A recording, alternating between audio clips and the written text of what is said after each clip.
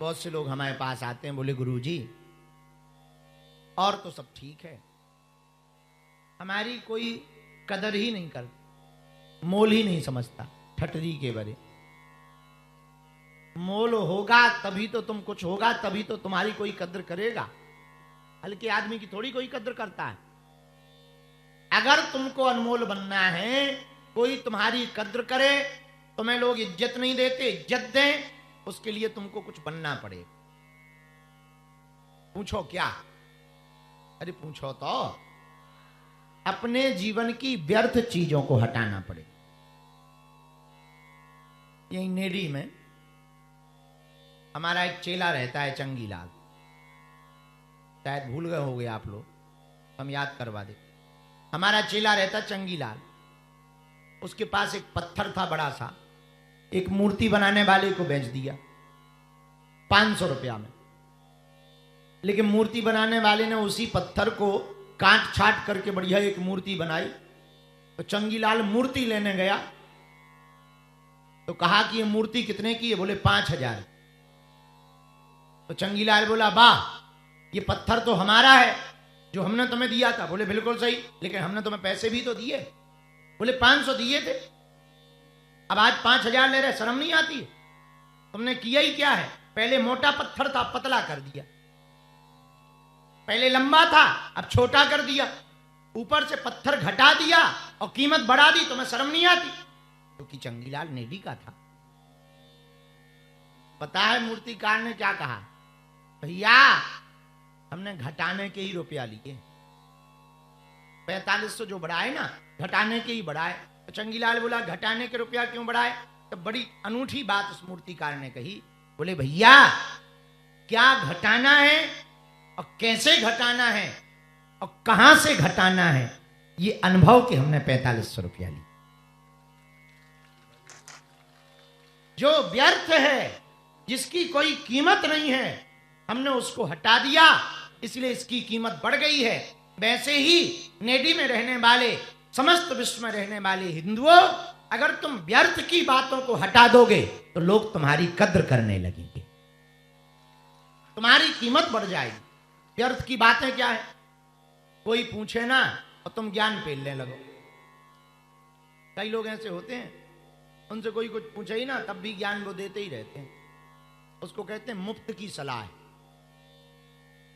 अगर अपनी इज्जत बनानी है तुम्हें, तो किसी को मुफ्त की सलाह ना दो,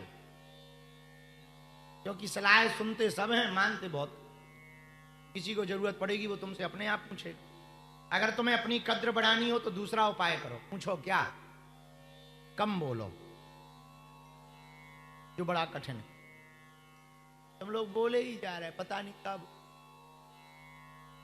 तुम्हें अपनी कद्र बढ़ानी है, उतना ही बोलो जितना जरूरी हो। कम बोलो और बेहतर बोलो। क्वांटिटी वाला नहीं, क्वालिटी वाला बोलो। तुम्हें अपनी कद्र बढ़ानी है। तीसरा, ऐसी बाणी बोलिए कोई न काबे चुप, और बैठक ऐसी बैठिए कोई न काहे उठ। ऐसी जगह बैठो जहां से बेइज्जती ना हो। तुम 80 साल पूजा पाठ करना, एक दिन पग्गा पी के डोलना। समझ गए ना? पग्गा समझ गए? नहीं समझे? बोतल। 80 साल पूजा करो, एक दिन बोतल लेके घूम पड़ो, इतने गाली मिलेंगी तुम्हें, भर भर के मिलेगी। हम तो तुम्हें पुजारी समझते थे, तुम तो बोतल खोलने वाले हो।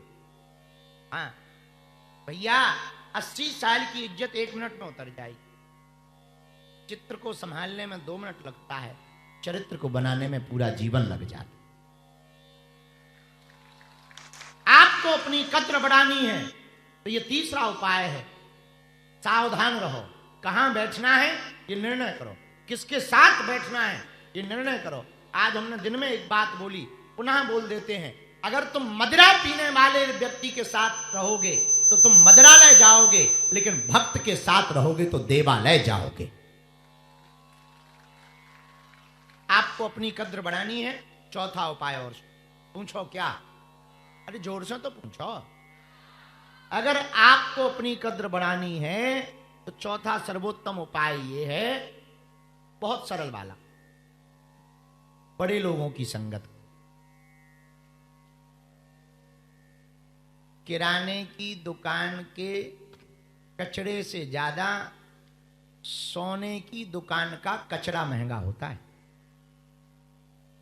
सोने की दुकान का छोटा सा भी सोना का टुकड़ा कचरा में निकल आवे तो किराने की दुकान का आधा सामान खरीदा जा सकता है।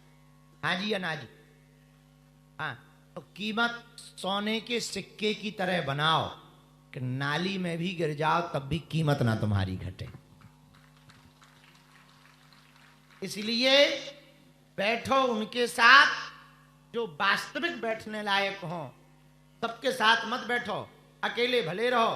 हमारे गुरुजी एक बात कहते थे, गुण मिले तो गुरु बनाओ, चित्त मिले तो चेला, मन मिले तो मित्र बनाओ, वरना रहो अकेला। हाँ, तो भैया व्यर्थ की बातों को अगर तुम हटाओगे तो तुम्हारी कीमत होगी, तो तुम्हारी कद्र होगी, वरना कोई तुम्हारी कद्र नहीं करेगा। सब तुम्हें हल्की नजर से देखेंगे। और हनुमान जी के चरित्र में एक बात तो है, हनुमान जी पूरी लंका घूमे और सब जगह थोड़ी रुके। कहां रुके? विभीषण जी के घर के बाहर। क्यों? विभीषण जी ने घर के बाहर तुलसी लगा रखी। नव तुलसी का वृंद तह देख हरस कपिराय। विभीषण जी ने तुलसी का पौधा लगा रखा, राम नाम लिखवा रखा, ध्वज लगा रखा। हनुमान जी लंका में रावण के घर नहीं रुके। हनुमान जी बड़े बड़े राक्षस रहते, उनके घर नहीं रुके। हनुमान जी सुसैन वैद्य के घर नहीं रुके। किसके यहां रुके? जहां पर राम नाम लिखा है उनके घर के बाहर हनुमान जी रुके।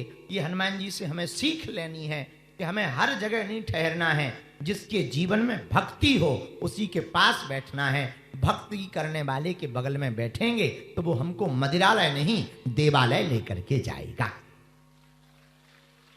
बोलो सीताराम।